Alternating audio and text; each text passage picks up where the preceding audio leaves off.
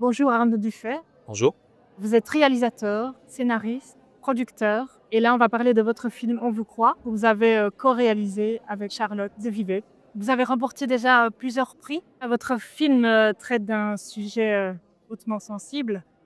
Donc il parle d'un combat d'une mère protéger ses enfants de la violence du père des enfants. Comment en êtes-vous venu à vouloir traiter de ce sujet? Alors en fait, on a coécrit ce film à 2 avec Charlotte qui, elle travaille dans un centre de santé sexuelle à Paris, mais qui a vécu aussi cette histoire avec, son enfant et donc on part du témoignage de Charlotte au départ, dans le film, mais le film a aussi été alimenté par d'autres témoignages, notamment ceux de la Ciivise en France. On s'est rendu compte à quel point, le témoignage de Charlotte, son expérience à elle, se recoupe avec énormément d'autres histoires et que c'est toujours plus ou moins les mêmes faits, les mêmes procédures de justice qui seraient faites et les mêmes, stratégies des agresseurs. On a recoupé ça aussi évidemment avec les statistiques, qui sont, affolants, avec la conscience que c'était assez urgent d'en faire un film et puis il y avait aussi, un appel à projets qui le permettait, en Belgique qui s'appelle, Conditions légères. En fait, c'est pour les premiers longs métrages qui peuvent être faits avec très peu de moyens et pour nous, c'était une opportunité de pouvoir allier ce sujet important sur un premier film assez rapidement.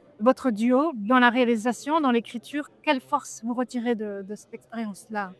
Je pense que la force, c'est la complémentarité. C'est-à-dire que Charlotte, n'avait pas d'expérience en cinéma. Elle est infirmière dans un centre de santé sexuelle à Paris, comme je l'ai dit et donc elle avait ce désir de film, et puis moi, j'avais un parcours d'école de cinéma. J'avais fait plusieurs courts-métrages, je venais de terminer un premier long-métrage documentaire. Donc il y avait, un des compétences de cinéma qui sont alliées à une connaissance du sujet de sa part et donc il y a une complémentarité à tous les niveaux, de l'écriture, mais aussi de la co-réalisation. Même si, forcément sur tous les aspects, techniques, c'est plus moi qui ai dirigé des choses, mais en tout cas, on a fait les choix artistiques en commun. On était d'accord à chaque étape de travail.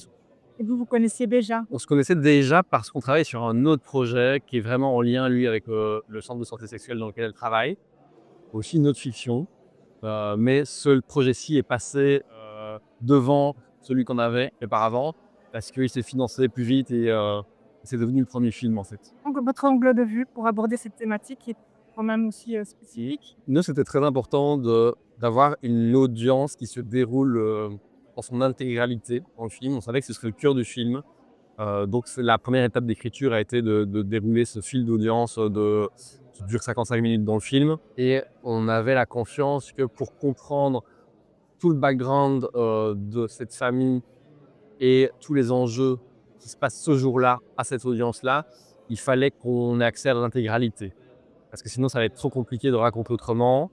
Il fallait qu'on joue vraiment sur du minimalisme et de la simplicité, en déroulant tout ça. Moi, c'était aussi un besoin que j'avais en tant que cinéaste parce que, en voyant des films de procès, je ressentais souvent le besoin de me positionner à cet endroit-là, d'avoir accès à l'ensemble d'un cas, à l'écoute de toutes les parties, pouvoir me forger une opinion, sur celui-là, de dérouler tout en temps réel, sur une audience qu'on a filmée du coup à 3 caméras, en 3 jours, avec des avocats de profession et des acteurs professionnels. Donc il y avait un impact entre des avocats qui, plaident comme dans leur pratique professionnelle et des acteurs qui ont étudié leur texte au mot près. Donc ça permet qu'ils se retrouvent dans des conditions du réel aussi, puisqu'ils ne savent pas ce qui va se passer à tout instant. Oui, j'invite vraiment à aller voir ces films. Et vous parlez de sobriété, effectivement, de simplicité qui fait qu'on est vraiment au cœur du sujet et ce sont des situations complexes. On n'est pas concerné par la problématique. Je pense qu'on ne s'imagine pas forcément. Et vous, comment est-ce que vous avez vécu personnellement cette immersion préalablement au film? J'imagine que vous vous êtes documenté, vous êtes rendu sur place. Oui, on s'est beaucoup, beaucoup documenté.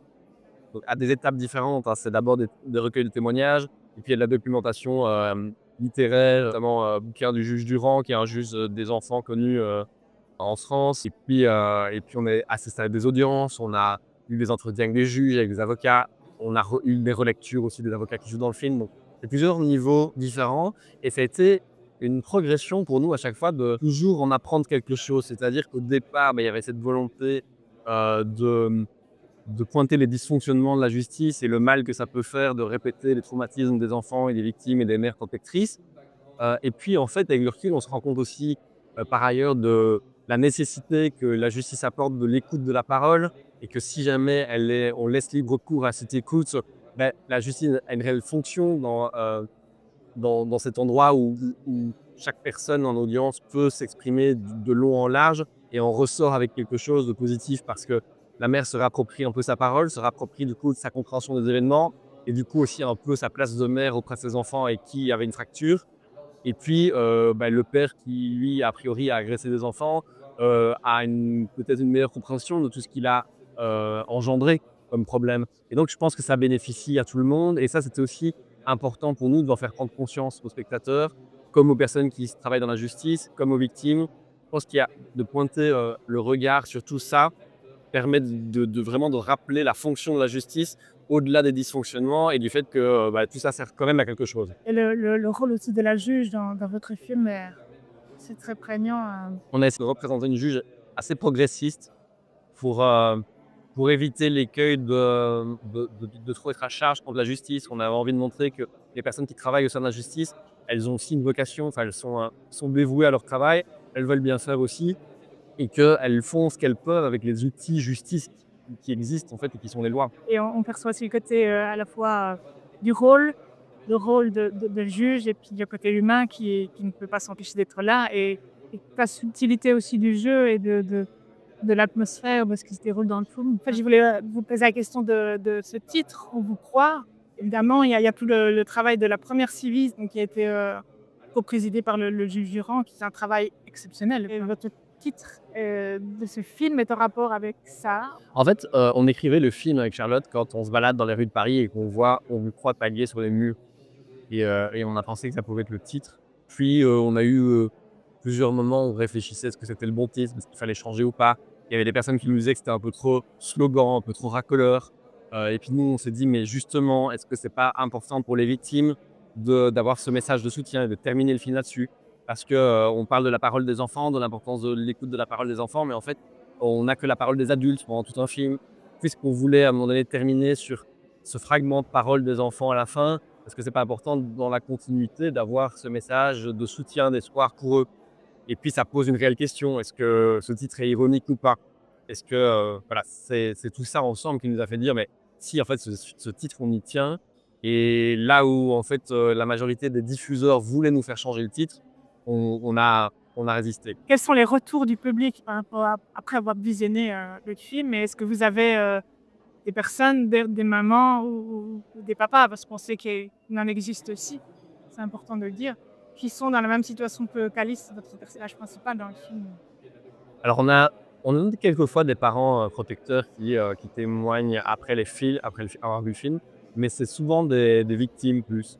Alors c'est pas toujours de violences sexuelles, c'est pas toujours d'inceste, c'est parfois juste, je me suis totalement reconnu dans ce parcours carrière en justice, dans mon parcours d'enfance. On sent à quel point en fait les personnes qui, ont vécu un parcours en justice en étant enfants sont impactées à vie par ça et à quel point c'est traumatique.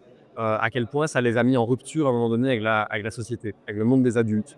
Et donc ça nous fait prendre conscience aussi à quel point il faut préparer une attention particulière à ne pas faire durer ça trop longtemps et à ne pas être trop violent dans les procédures de justice pour les enfants parce que si on les perd, si on perd leur adhésion au monde des adultes, c'est des enfants qui finissent par se perdre. On sent dans les personnes qui réagissent à ce film et qui nous parlent de leur expérience à quel point c'était un pan de leur vie, à quel point ça a marqué tout. Les personnes se retrouvent en fait dans Tout à fait. Après, c'est une fiction qui est très, très inspirée de faits réels. Donc, on a additionné des témoignages, des éléments pour mettre tout ensemble et pour créer des personnages et une situation surtout qui est toujours en évolution dans la tension. Donc, c'est une écriture évidemment dramaturgique et fictionnelle. Ce sont des personnages, mais très nourris du réel. On voulait vraiment que ça paraisse véridique. En tout cas, merci beaucoup. Moi, je voulais vraiment vous remercier pour ce travail que vous faites. Pour moi, effectivement, avec une grande sobriété, une simplicité et en même temps quelque chose de très percutant et d'utilité publique. Merci à vous de vous y intéresser. Et peut-être encore une dernière question, si vous aviez un rêve sur l'impact que votre film pourra avoir dans le futur. Je pense qu'il y a un changement au niveau juridique, en fait, au niveau légal, peut-être, dans ce cas particulier des enfants victimes de violences sexuelles. Qu'est-ce qu'on doit faire? Est-ce qu'à un moment donné, on ne peut pas mettre à égalité la présomption d'innocence avec le principe de précaution? Est-ce qu'il n'y a pas un équilibre à trouver pour qu'au moins le temps de l'enquête et de la décision pénale, on puisse écouter le désir, la parole des enfants par rapport à l'idée qu'ils veulent être écartés ou pas dans des parents, en fait, simplement, Et les protéger. et les protéger. Pour les enfants, il faut bien se rendre compte à quel point il est infiniment plus long que pour nous encore. C'est déjà très très long pour des adultes, les procédures en justice, mais pour les enfants, si ça s'étale sur toute une partie de leur enfance, c'est atroce, en fait. Et on voit comme certaines procédures judiciaires aussi ne se recoupent pas. Vous le montrez bien dans le film aussi et ça aussi, c'est quelque chose qui pourrait, on espère, qui pourrait s'améliorer, de l'avenir. Merci beaucoup.